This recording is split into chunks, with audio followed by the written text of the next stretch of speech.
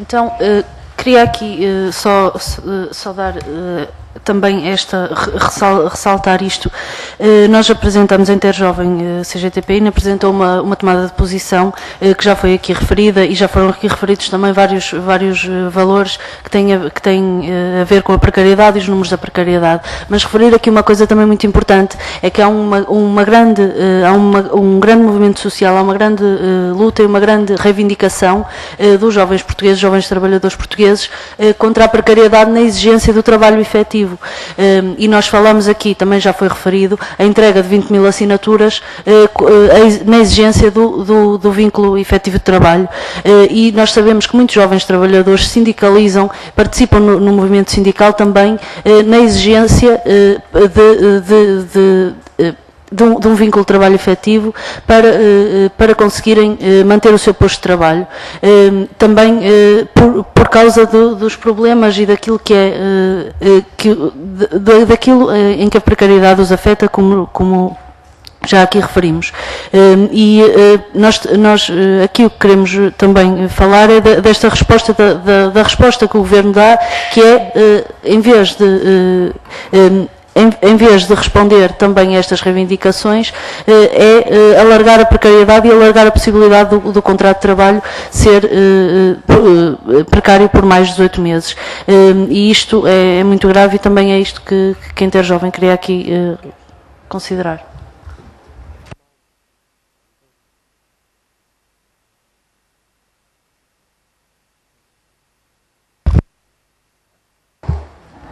Boa tarde a todos os deputados. Eu queria talvez levantar uma questão que eu considero que é extremamente importante no quadro, em que nós falamos em empregos que não existem, empregos que nós não criamos.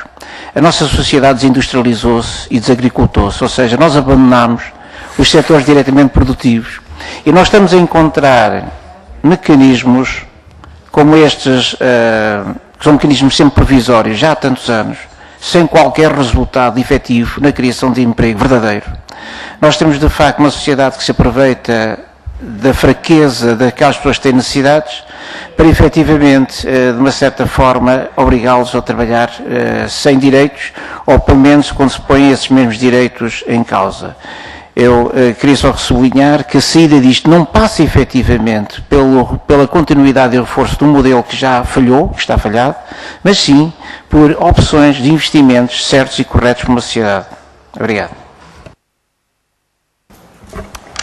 Muito obrigado também, em nome da CGTP, por todas as intervenções dos senhores deputados. Independentemente de diferenças que possamos ter em relação à abordagem deste assunto, creio também que estamos aqui perante um problema complexo, difícil e preocupante para o país. E, em termos da CGTP, nós consideramos que não basta constatar, não basta ficarmos pela constatação dos factos. É preciso tomar medidas para combater os problemas com que nós nos confrontamos. E, começando pela questão da rigidez laboral, eu recordo que um dos argumentos que foi utilizado para avançar com a revisão da legislação laboral em 2002, que depois se traduziu no Código de Trabalho, foi precisamente, entre outros, a necessidade de flexibilizar a legislação laboral para dar resposta às necessidades da empresa e aumentar a competitividade do país. Bem, mas passados 8 anos, é importante fazermos um balanço daquilo que se passou.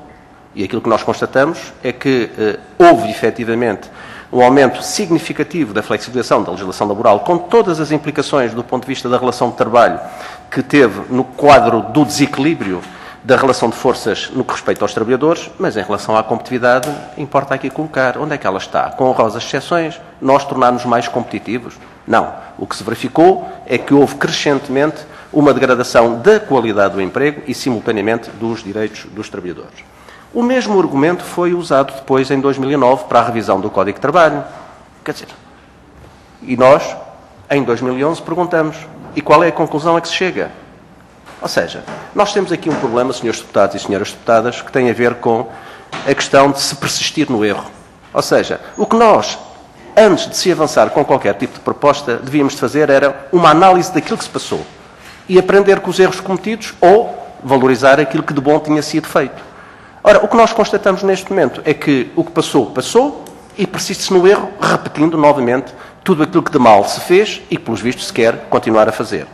E quando se diz aqui que este prolongamento dos contratos por mais 18 meses. É bom para as entidades patronais e para os trabalhadores, nós assumimos que temos uma opinião completamente diferente. Esta é uma boa opção para as entidades empregadoras, é uma má saída para os trabalhadores, porque os trabalhadores, na generalidade dos casos que estão nesta situação, e estamos a falar de jovens, vão continuar a desenvolver uma atividade num posto de trabalho permanente e vão continuar com o cutelo em cima do pescoço, não sabendo se porventura o seu contrato irá ser novamente renovado ou não. E quando estamos a falar disto, estamos a falar de insegurança. Insegurança no plano da relação de trabalho com a entidade empregadora, que se reflete depois na organização da vida pessoal, na organização da vida familiar e já agora até na questão do direito de autonomia e de independência. Porque se falou aqui na problemática da habitação. Então, eu só quero recordar que as coisas se alteraram completamente nos últimos 10 anos. É que se é verdade que aqui há 10 anos atrás a autonomia passava pela aquisição de uma habitação, também é verdade que neste momento o que nós constatamos é que cerca de 60% dos jovens até 35 anos vivem em casa com os respectivos pais. Porquê? Porque não têm capacidade autonómica, não têm capacidade financeira para organizar a sua vida, para fazer um investimento, ou para, na aquisição da sua casa, ou para sequer tão pouco alugar uma casa para viver. E é disto que estamos a falar. Não estamos a falar de outra coisa. Factos reais. E quando se constata que este prolongamento do trabalho, dos contratos a prazo, é bom, é claro que é bom, repito, é bom para as entidades patronais. Quer dizer, porque em vez de pagarem 5,40€ a hora a um efetivo, não é? Podem pagar 4,30€ a um vínculo precário. Ou então 3,30€ a um trabalhador numa situação de prestação de trabalho numa empresa de trabalho temporário. É disso que estamos a falar. E o que é que isto implica? Isto implica, entre outras coisas, não é só a degradação dos salários e da qualidade de vida. Implica também a degradação da qualidade dos direitos dos trabalhadores e da sua efetivação e a degradação da própria proteção social. Porque nós não nos podemos esquecer que aquilo que está em marcha neste momento, com a degradação dos salários dos trabalhadores e da qualidade do vínculo, é uma degradação crescente da proteção social no futuro e um empobrecimento crescente da sociedade. Ora, a CGTP não pode estar de acordo com isto. E não pode estar de acordo com isto porque o problema das empresas, nós já várias vezes assumimos e reafirmamos, não está nos custos salariais. Está noutras componentes que têm a ver com a organização e gestão, com o investimento na modernização, com a produção de bens e serviços que sejam postos à venda nacional no mercado. É tudo isso. Mas não, insiste na redução dos salários. E esta é mais uma proposta que neste momento aponta nesse sentido. Para terminar, duas notas muito rápidas. Uma em relação à Autoridade para as Condições de Trabalho. E, senhores deputados, era bom que esta Assembleia, nomeadamente esta Comissão de Trabalho, fizesse uma análise daquilo que se tem passado e, particularmente, daquilo que neste momento nos foi apresentado na Comissão Permanente de Concertação Social, que é de promover a dispensa por parte das empresas de fornecerem um conjunto de elementos fundamentais no que respeita ao funcionamento da Autoridade para as Condições de Trabalho. Estou a falar em termos de horários de trabalho e estou a falar também, já agora, em termos de trabalho no domicílio. Hoje, qualquer empresa que tenha um trabalhador ao seu serviço no domicílio é obrigada a informar a Autoridade para as Condições de Trabalho. Este Governo, pela via do Ministério da Economia, aquilo que nos apresentou agora recentemente, é que dispensa as empresas de o fazer. Isto quer dizer duas coisas. Num quadro de profundas dificuldades económicas das famílias, poderá originar duas coisas. Primeiro, a dispensa desta informação levará, provavelmente, ao aumento do trabalho clandestino e da economia paralela. E, em segundo lugar, poderá levar ao ressurgimento do trabalho infantil. Porque todos nós sabemos que, neste momento, não são poucas as famílias que têm o pai e a mãe no desemprego. Sabemos perfeitamente que, neste momento, também, 50% dos desempregados não recebem qualquer tipo de proteção social. E também sabemos que as pessoas precisam de comer. E, para isso, muitas das vezes, têm que recorrer ao trabalho infantil. Nós não queremos que isto ressurja novamente no nosso país, depois de todos, em conjunto, termos praticamente, não diria abolido, mas quase abolido este tipo de trabalho que, inclusive, foi já várias vezes criticado e também condenado pela Organização Internacional do Trabalho. E terminava com esta ideia. É que a valorização do trabalho e a dignificação dos trabalhadores é indissociável de uma democracia que nós precisamos que seja mais avançada e não tanto baseada apenas e só na componente representativa.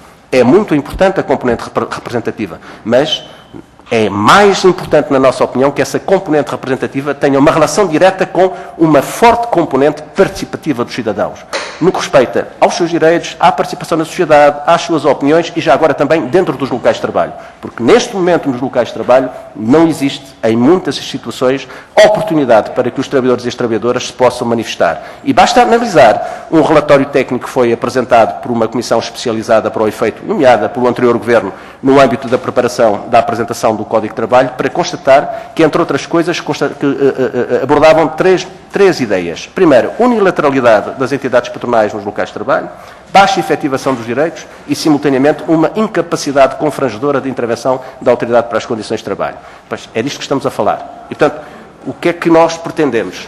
Na opinião da CGTP, nós pretendemos que haja alterações.